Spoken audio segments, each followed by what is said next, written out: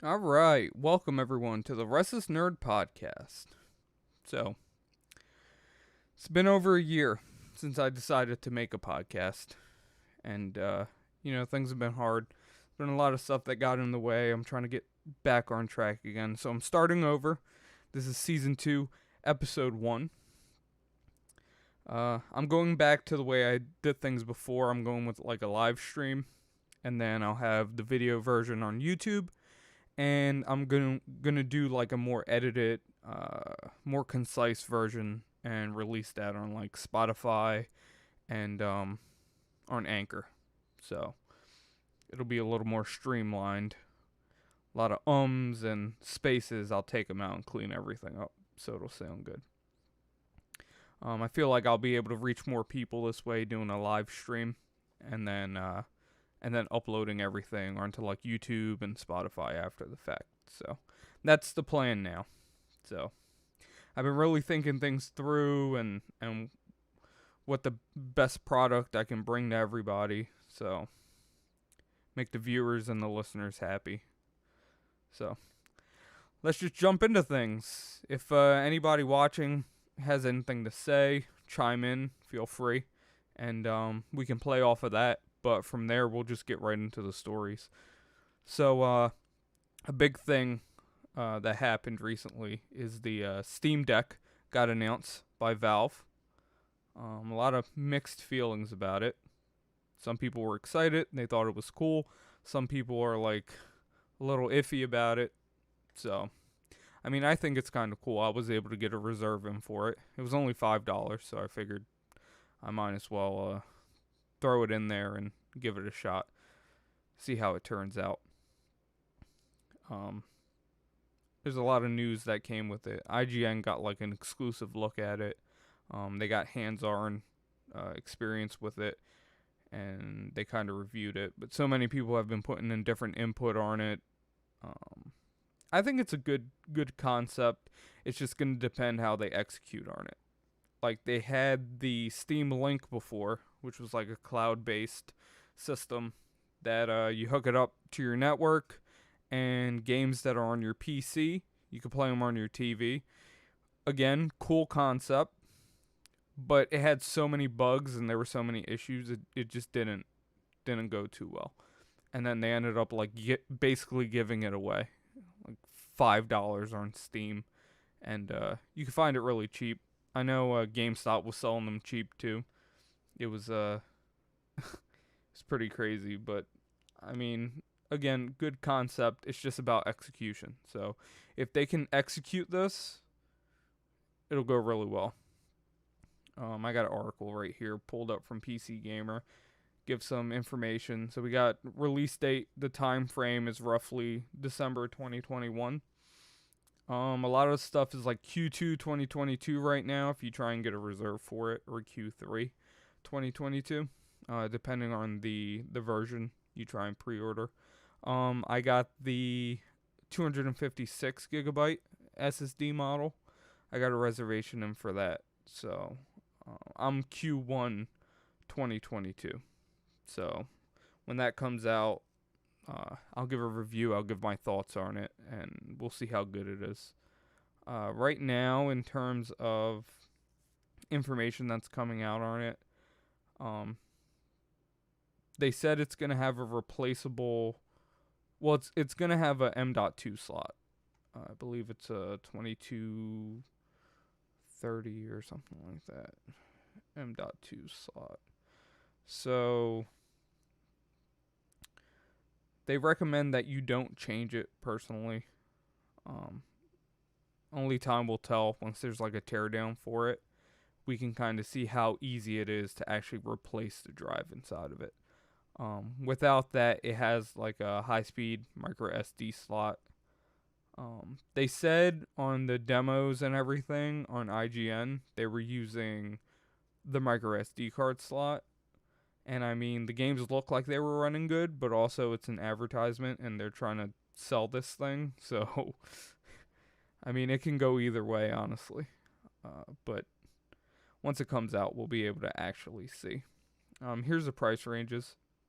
We got $399 for the 64 gigabyte version, which has the eMMC memory, which is not as fast as the NVMe, but I mean, for the price, you can't beat that. $399. And then 56 gigabyte version and $649 for the 512 gigabyte version. The 256 gigabyte also brings like some exclusive like digital content, and then the 512 gigabyte brings exclusive digital content, and it has a anti-glare glass screen on it, which is pretty interesting. So here are some specs. AMD Zen 2, 4 cores, 8 threads, 2.5 to 3.5 gigahertz processor. I mean, it's going to depend how the cooling is to depend how you want to clock that processor. GPU is RDNA 2, which a lot of these other handheld computers, they don't have RDNA 2 in them, so this is definitely going to be something different. And it's something that Valve was saying they teamed up with AMD to be able to make their own chip. So we'll see how good it is. It's a pretty heavy device, 1.4 pounds. So you better get to lifting if you want to carry this thing around with you. It does 720p, which is what the Switch does. For that size screen, you really don't need more than that. It's going to look fine. It's saying 60 hertz refresh rate on the screen. I mean, at 720p, a lot of the games you should be able to get 60 FPS on them. So I think it'll look good. I think it's a pretty good it's a good deal for the price. They're saying that Valve is probably losing money with this, but it's smart because they own Steam and they want to get those software sales. So get your money, Valve. You know what you're doing, especially when you put those summer sales out there. Everyone loves those summer sales. One of my viewers chimed in. Hey, Yella, how you doing? Thanks for joining the podcast. I appreciate it. All right, next story we're going to talk about is Elgato. Elgato released a lot of new devices, but they also did this announcement the same day as the Steam Deck. So they released a new Stream Deck and people were getting confused. So, I mean, they kind of shot themselves in the foot with that one. But what can you do? They probably didn't expect Steam to come out with that. So Yella is cooking and watching right now. Well, thank you for watching while you're cooking. I hope you're cooking something good. So, along with the Stream Deck, Elgato also finally released a camera, which they call the Face Cam. I mean, simple naming convention. They also released the Wave XLR, which is an audio interface for the computer. It has only one XLR port, which is kind of disappointing, but I mean, we'll dig more into that. They also released 2 different mic arms, and I think that's it. Some of the features, the new Stream Deck has like a new stand on it, which I like the new stand. I have the first Stream Deck, and I'm not a fan of the stand for that one. It's kind of disappointing. The cable's also removable on it, and it has changeable faceplates, which is interesting. So, I mean, I guess it's a personal thing. A lot of people like to personalize their desks and have a theme. So it makes sense, especially like big streamers who do like their room tours and this and that, and they want to have a little fancy Stream Deck with its own faceplate on it. So I think they might end up having like a custom faceplate type thing coming too, kind of like how Microsoft has custom controllers, which is also a good concept. A lot of people like to customize things, make it your own. So here's the face cam, 1080p, 60 FPS. There's a lot of reviews online for it. There's some good YouTubers like Epos Fox and Alpha Gaming. They did good, pretty in-depth reviews on it. They do a lot of like streaming gear reviews, so they're very good to follow. give you a lot of information. Price tag is $200. I mean, it's a webcam, but it's a lot better than the other webcams that are out there. So, if you're looking just to get in to streaming and you want something that's really good, but you don't want to spend money on like a mirrorless camera, which is what I use, or maybe a camcorder, which I used before, works pretty good with like a cam link. Uh, this is a good option. It's a good way to get in and not really have to worry about anything. It also comes with its own proprietary software, which is really good. It kind of lets you customize your settings, and you can get a really good picture. Colors look pretty decent. Not as good as a mirrorless, of course, but you can get pretty close. You can get a good picture with it, especially if you're just getting into things and you don't want to spend like a whole ton of money.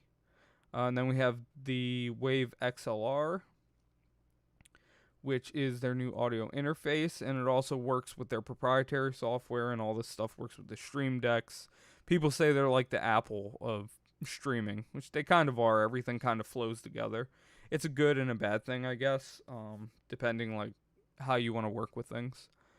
I like their products. Right now I'm using their ring light, which I bought, which was kind of pricey.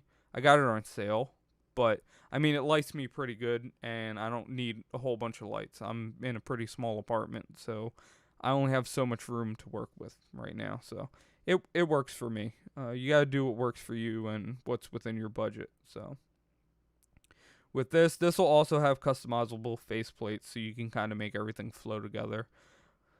Removable USB Type C. Everything should use USB Type C nowadays.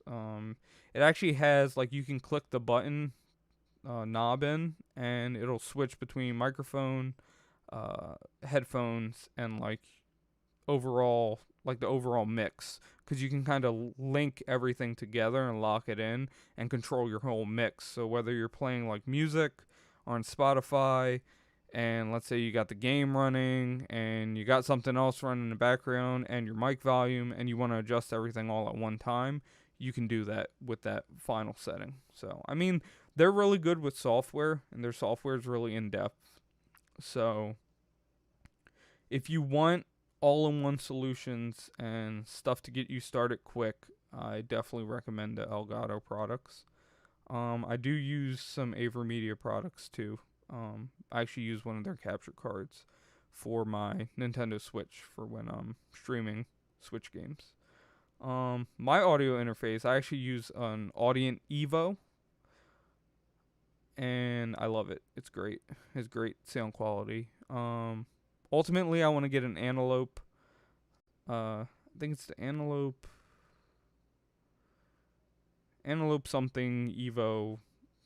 It's a nice interface, but it's kind of pricey. So, but I'll be able to do like compression and everything live, and then I don't have to edit anything in post. Especially for like these podcasts or streaming, I can add compression and effects and everything while I'm streaming, and I can kind of listen and monitor to everything. So I kind of like that. Ultimately, that's what I want to do. Allegedly, Elgato is supposed to be implementing compression, and I think it has a low cut filter already. But they're supposed to add a whole bunch of extra features to their software, so you can kind of do these things with the software with the Wave XLR or the Wave USB microphones. So we'll see if that actually comes true. Alpha Gaming on YouTube, he actually talked about it a little bit because he spoke with them, and I mean, it's a good concept. It'll get people in for a good price. Oh yeah, and this is $160, which is not bad. My Audient Evo was, I believe, $130, brand new. But also, if you want really good quality for audio, you can buy actual audio or music equipment used at a very good price. So like you can go, I buy a lot of stuff from Alto Music. They sell a lot of open box stuff. A lot of the B stock is pretty much new, but this is like their way of getting around things so they can sell it for a discounted price. So you can always find really good quality stuff on music websites or music store websites, and you get good deals and you get really good quality equipment. So I highly recommend that if you guys are looking for audio equipment, whether it be for streaming or you want to get into music or anything like that. It music stores are the way to go. And a lot of them have like eBays and Amazon pages, and sometimes they have different stuff on their Amazon page than they do on their website than they do on their eBay. So you really got to shop around and look around. Don't jump right into getting stuff. And if people are looking for like a Go XLR Mini, they're going for a pretty good price on Mercari right now. I think with COVID and everything that happened, so many people were buying streaming equipment and trying to get into podcasts and everything else. And then they kind of fell off. So now they're trying to sell everything, and they're selling it for a really cheap price because they just need to get rid of it. So that's a good place to look, is Mercari. So going from there, we will talk about the Nintendo Switch OLED model. It is the Nintendo Switch that kind of disappointed people because they were expecting a lot more. It's a good concept, but I think they could have done a lot more with it. I mean, all you did was give a screen that's a little bit bigger and it's OLED. Now you're charging $50 more. People were expecting like a new processor, or not even a new processor. Just take the processor you have and have it run a little bit better. I mean, if they would have did that, people wouldn't have been so disappointed.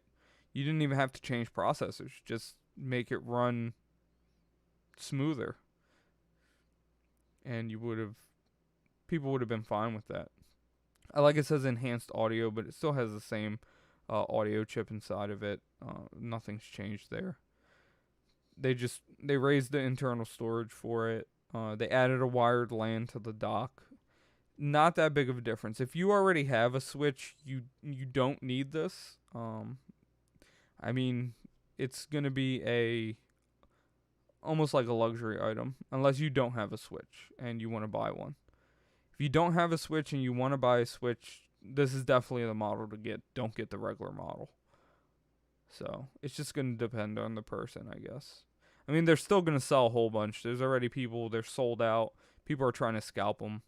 People are trying to scalp the Steam Decks too, but supposedly eBay stepped in with the Steam Deck situation, and they're kind of stopping scalpers from selling those. So that's good at least. But Nintendo Switch getting scalped, not surprising. Everything gets scalped nowadays. You can't escape it at this point. It's kind of disappointing. I still only have like a 3060 in my computer because I wanted a 6700 and I have not been able to get one. I wanted an AMD card. I didn't want Nvidia. I like Nvidia. They're pretty good, but I just like having an AMD system. I've had AMD for the longest. Even when they were super trash and they had the bulldozer processors, I still had AMD. The first 8-core processor. Yeah, it was okay. It did what it needed to do. I was able to play Diablo 3 on it, so it was fine. But moving on from the Switch, and it's kind of gonna go hand in hand with the next topic. I'm gonna have a little rant about E3 and the video game industry, because it feels like they do not do any market research. Like, they'll put a poll out every now and again, and it seems like they're kind of like, hey, we want to listen to our fans and get their input. But in the end, it's like they didn't even listen. You put one poll out, you go, oh yeah, this is what the people want, and then you just do the exact opposite of what everybody wants you to do. It doesn't make any sense. Then E3 comes around. It was the most boring E3 ever. They didn't have anything. I was actually going to release a podcast episode the end of that week, but things came up and it ended up not happening. And I was like, maybe it was good that it didn't happen, because I would have just, I would have went in even harder. But they don't listen. Like, Capcom's presentation was boring. There was nothing significant announced. And then they ended on esports. And then they end it with Street Fighter 5, which people are just like, we're over Street Fighter 5. We want something new. We've been waiting for Street Fighter 6 for the past year, and there's been nothing. So, I mean, they don't listen. There's no innovation. Everything seems the same. They just keep recycling things. Like, how many times are you gonna remake Resident Evil? They just keep remaking it and keep remaking it. Oh, thanks Yella for the host. I appreciate it. My stream is being hosted. Yeah, so they just keep remaking things. Now they're remaking Dead Space. I mean, it looks awesome, but you're beating a dead horse at this point. You just keep remaking stuff. It's like the movie industry. Hey, let's take all the stuff people are nostalgic for and just remake it. It's a joke at this point. There's like no new ideas. It's sad. Like I got a laughing emoji but it's true. I don't get it. Yet Space Jam just come out. That everyone's saying that it's bad. They're saying even for a kids movie it's bad. It really is. So Yella says they're trying to make easy money. They really are. They think they can print money by using old concepts all the time. That's not how it works. And then you have stuff like the comic book industry where they go, "Okay, we're going to do new stuff, right?" But they're not doing anything that people are actually interested in. And yeah, it's just sad. And then like I understand the whole inclusion thing. Everyone wants to be inclusive. But you have great characters who already exemplify these different parts of society, and they don't promote them. They just try and take old concepts and then go, well, we're gonna switch that and change it over to something else. But you have great characters already. Like they brought back Static Shock. That's good. Okay, you're bringing back a good character that you have established. You're not just recycling a character that was already there and then trying to use that. Okay, use a character that is established. There's a great character called Blue Marvel, Adam Brashear. He is a great character, but they're not doing anything with him. He's just his stories are just sitting there and nobody knows about him. So, and then the prices for the book skyrocket when when they think there's a rumor that he might be in a movie. But yeah, it's crazy. The industry makes me upset because they don't listen to the people that are actually paying money for things. But then the sad thing is people still pay money for it. They're going to keep doing the same thing if you keep putting money towards it.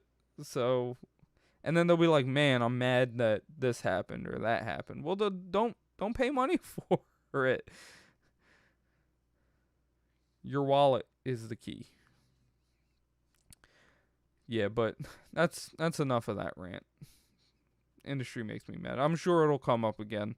I'm sure there's going to be some sort of presentation or something, or some sort of movie that comes out or something, and it's going to make me upset again because it happens all the time.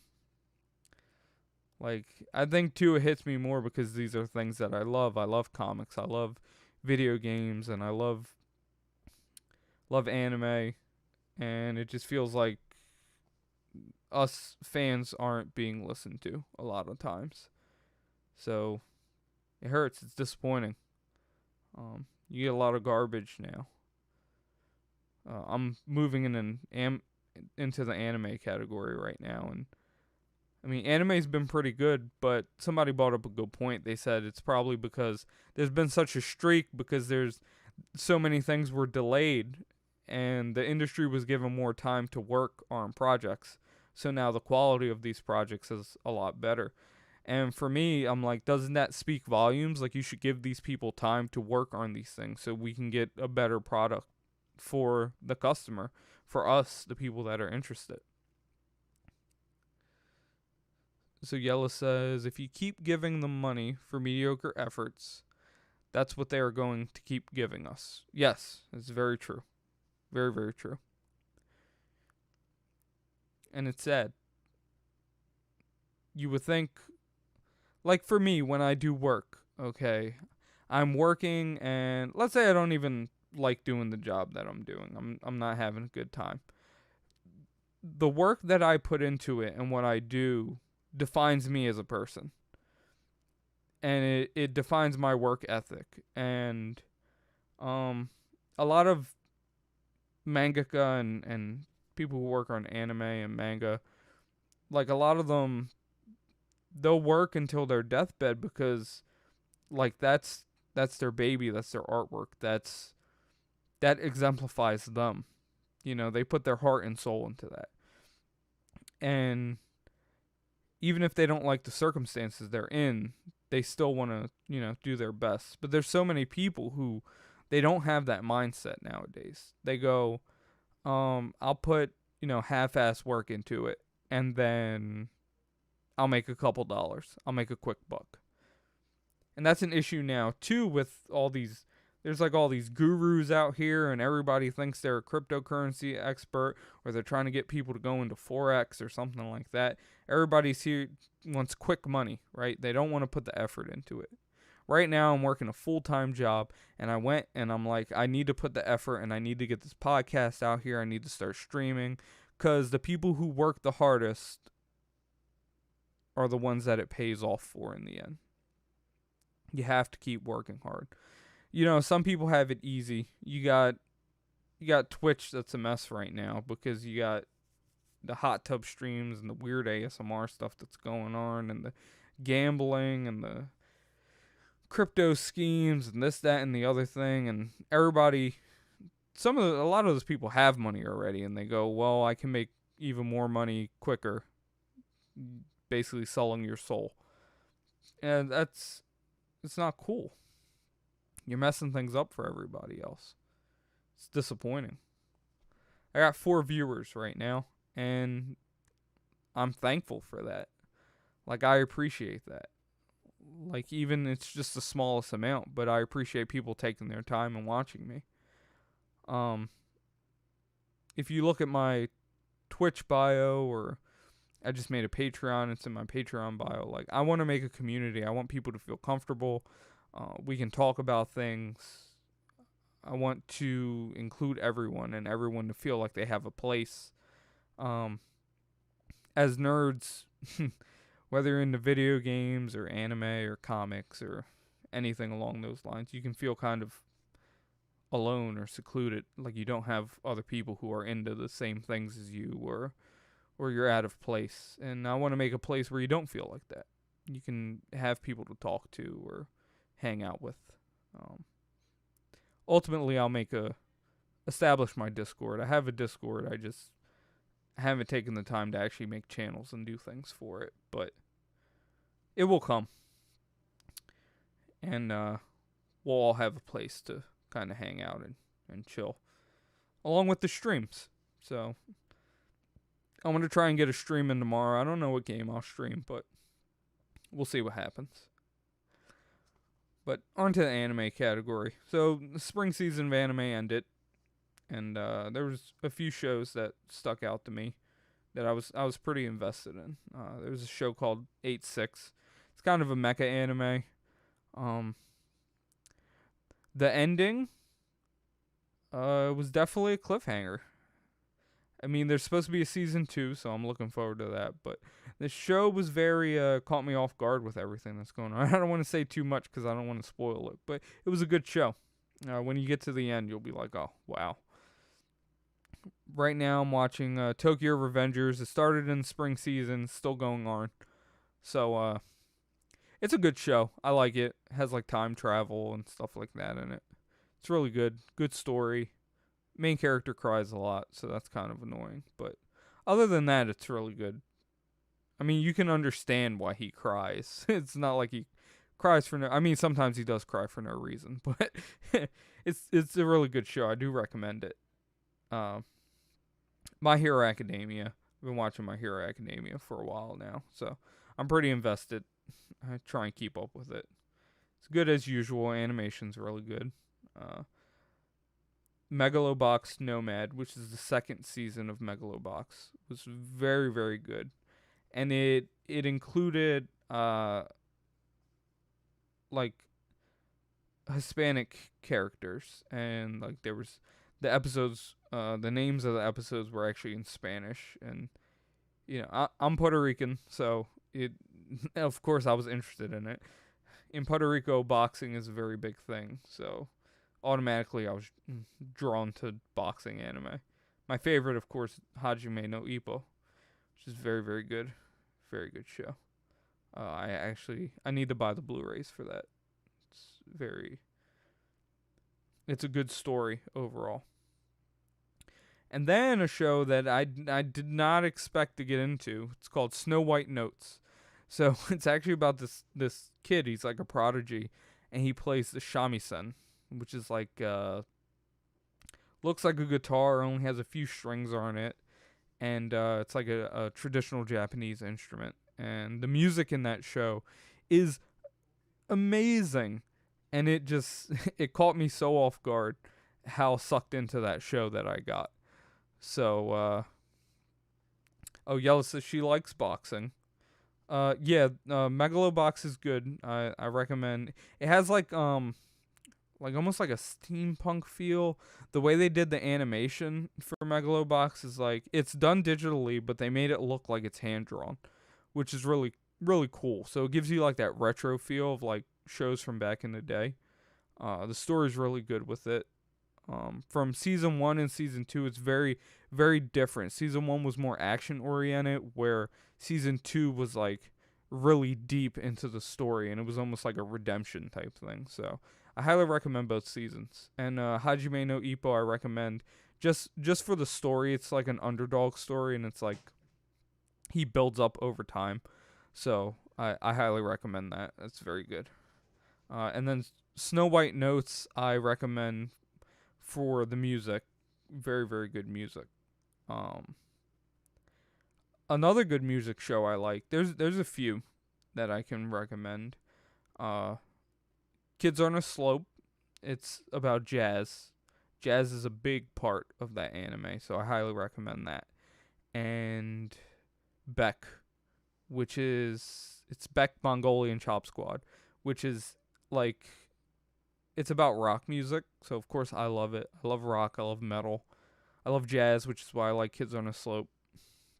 But Beck is such a great story about somebody who like he's trying to find himself and who he is, and music is what helps him find himself. And just the story and the progression of how everything goes along. It's a great anime. Highly recommend Beck Mongolian Chop Squad. And then for this summer season of anime, which just started like a couple weeks ago, started watching a few shows. I'll probably pick up some other stuff along the way, and as I do podcasts, I'll probably talk about different stuff, and I'll probably get more in depth with whatever episodes I'm watching week to week. But for now, I'll just kind of generalize what I'm watching. Gundam Hathaway on Netflix is the new Gundam movie. Animation was beautiful, so beautiful, and it was also like a lot of the Gundam mech series. You don't get that like the realism of what the Gundams can do to a regular society. So like in the one scene in this movie, the Gundam lands and the fire's coming out of like the boosters on its legs, and it starts setting trees on fire, and you can see the branches breaking and the trees and the buildings crumbling, and it just had such a real feel to it, and you hear people screaming. It was just like it gave me a feeling I never got from watching other Gundam series. Like the way they executed it was so good, and the animation so clean. I believe it's like HDR, 4K on Netflix, and it was just it hit me way different than a lot of other like Gundam movies, but it's definitely like a teaser. Like you watch it and then you get to the end and you're like, all right, I want more, and now you're stuck because you gotta wait, for a new season or whatever. So, but it was good. I recommend the movie, especially if you're invested in like the original Gundam series. Like I've seen every Gundam episode, all the side stories for the Universal Century, and this is a really good addition. And then what I did was I watched Char's counterattack before I watched Gundam Hathaway, so it kind of gave me a good. It kind of flowed well together. So I really I'm happy that a lot of the Gundam series are on Netflix right now. It's really good. So get more people into the original Gundam series. But if you want something that's also really good, Iron Blooded Orphans. I love that Gundam series. That's a really good series. I'm a big Gundam fan in general. I like most of the series, so I'm a little bit of a fanboy when it comes to that. Something else I started watching was called Remake Our Life.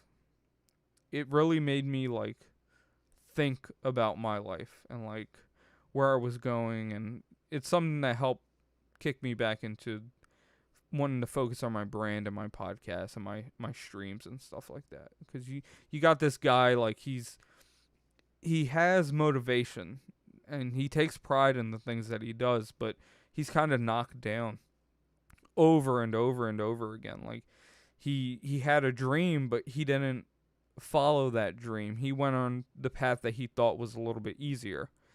And even though he has these talents, he's never able to like use his full potential because he just keeps getting knocked down. So he ends up like going to sleep and waking up, and he gets to try over again, and he takes the path of his dream, and now he's moving, down the right path. So the show's really good. They execute things well. The animation's good. Music tracks are pretty good. Storyline's pretty good. So I recommend Remake Our Life. It has to do with like art and animation, like going to a like an art college. So I kind of like all that because I like art. It's definitely something that got me through my years as like a youth and a teenager. So another good show. It's actually an isekai. The next two are like isekai type shows. There's How a Realist Hero Rebuilt the Kingdom, which is pretty interesting. It's like this kid, he ends up in another world, and he ends up becoming king after some chain of events, but he looks at things from like a realist point of view, and he's able to like start getting the kingdom back on track because he's actually using his head.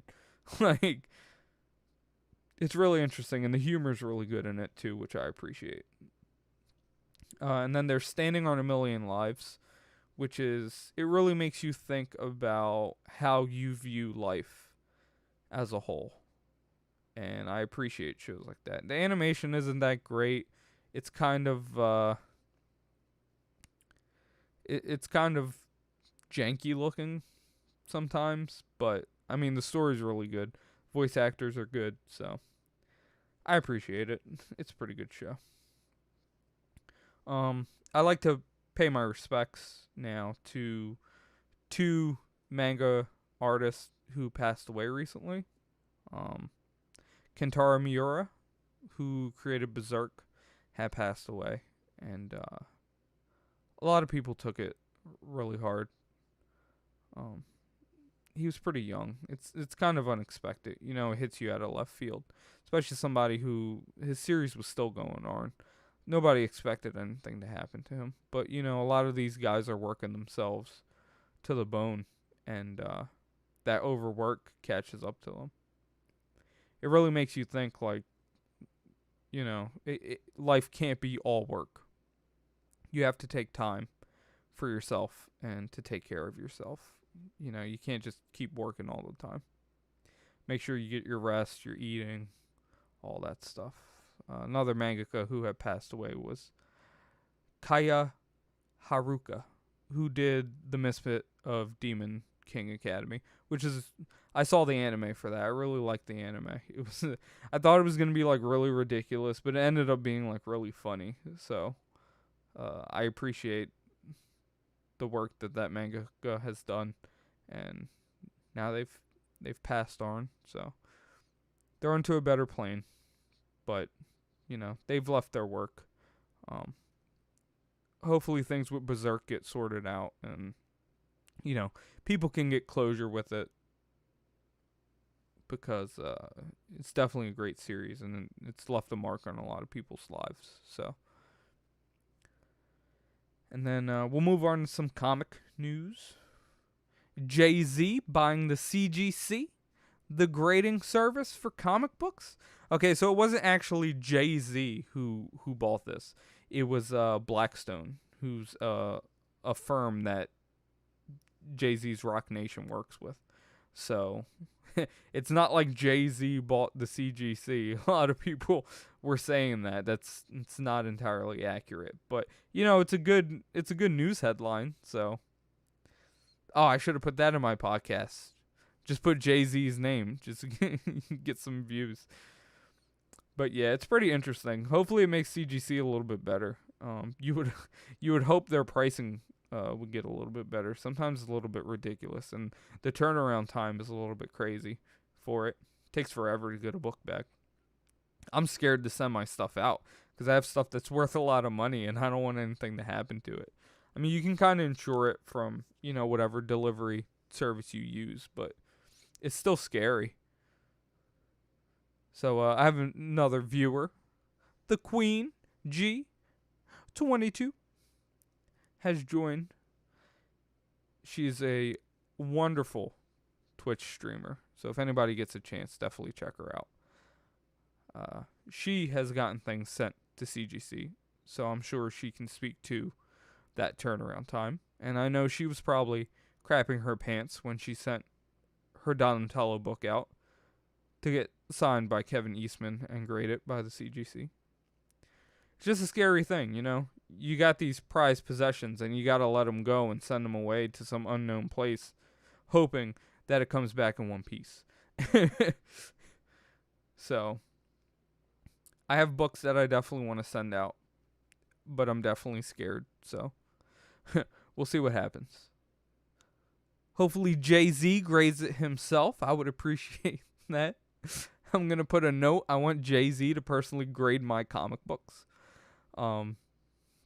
If I'm able to do that, I'd appreciate it. Not asking for a lot. Just want the man himself. I want Hove to grade my comics. All right, so we're going to look at what is called CBSI,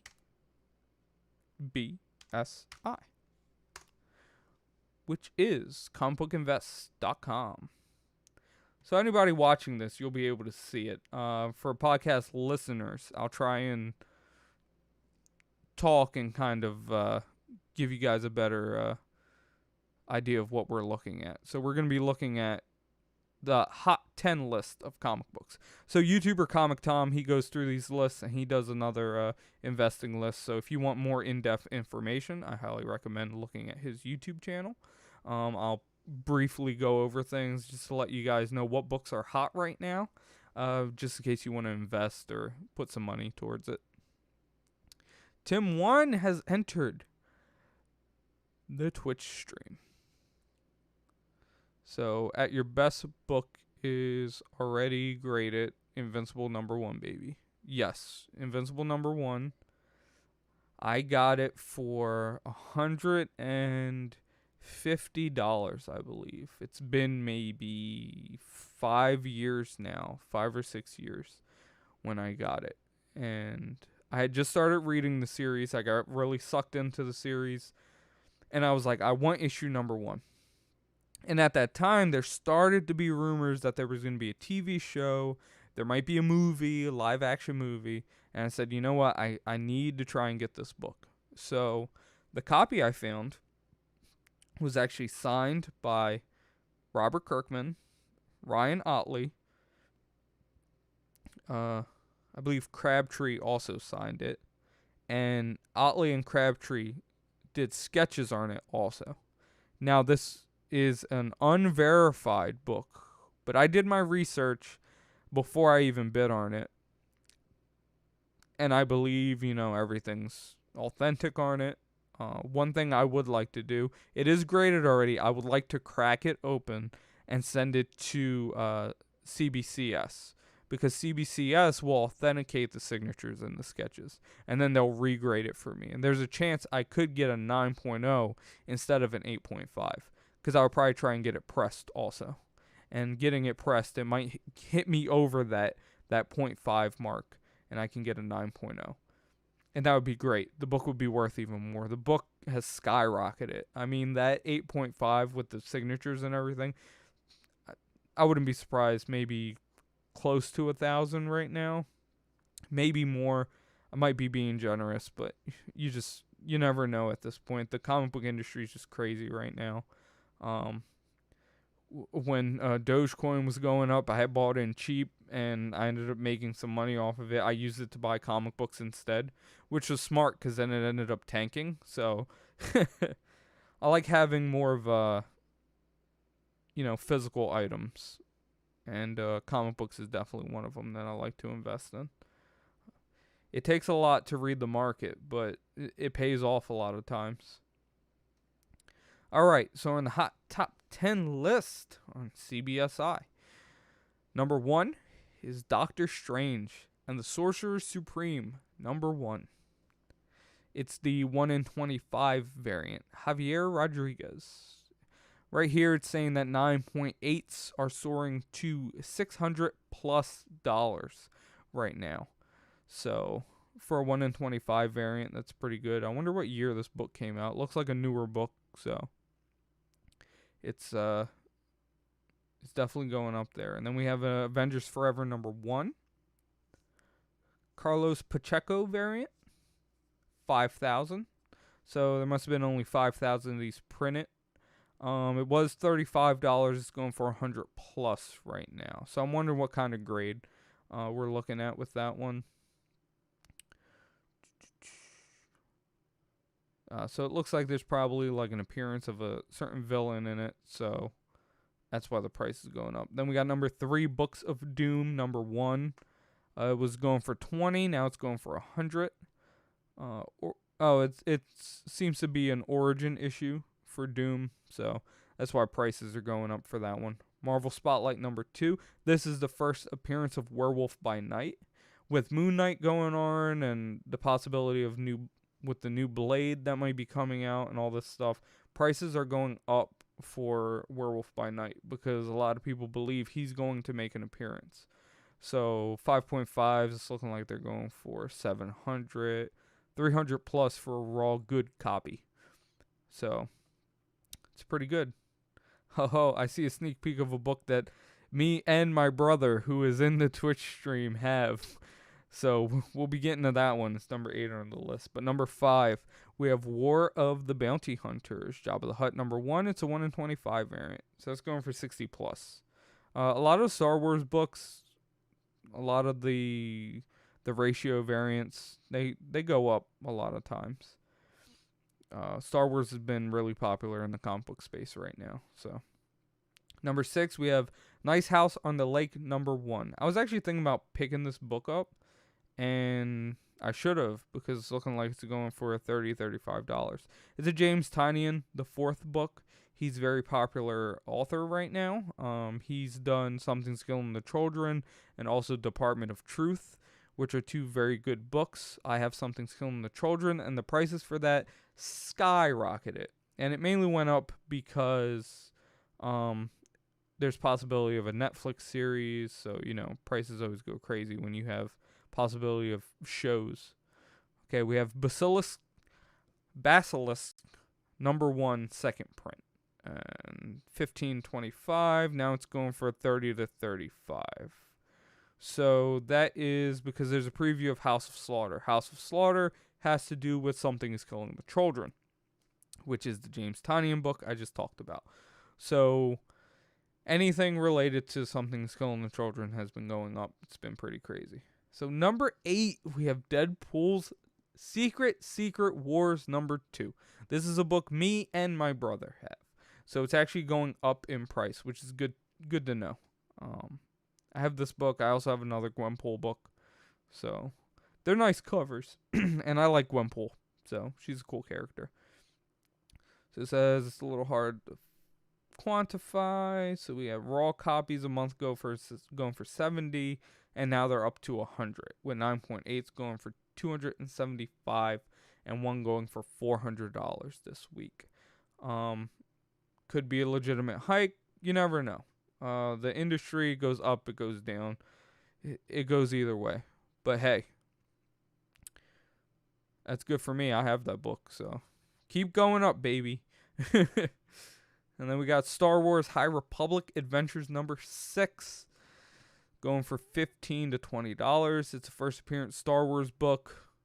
Again, Star Wars books, they're going crazy. It doesn't even matter what's going on in them half the time. They just start going up. Sometimes nothing happens. Sometimes people go, I think something happened in the Star Wars book, and the price starts going up. So, you never know. And we have Kaiju Score number 1, an Aftershocks comics book. So, 3 months ago was in Indie Spotlight, and now the price is going up. Interesting. I wonder what the cause for that is. It probably has like a possibility of being a show, or somebody bought the script or something. And that's usually how it plays out. So the honorable mentions, we have Shazam 2021 number 1. It's 1 in 25 ratio variant. So it seems like there's some sales for $100. But a lot of times you just never know. And sometimes those variant books, they show one price and then they drop hard. So just depends. And then we got Web of Mystery number 1. 7.5 is going for $4,300. It's definitely an older book.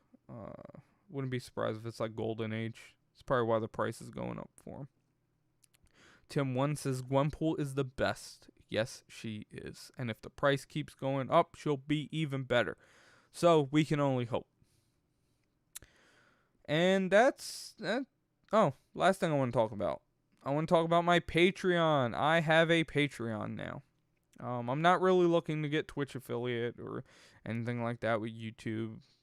If stuff happens, it happens. Whatever. I kind of just want to push Patreon. It's more of a stable platform.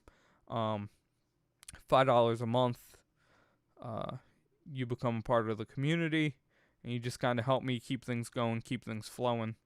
$15 a month. Get enough people. I want to do a raffle some things off.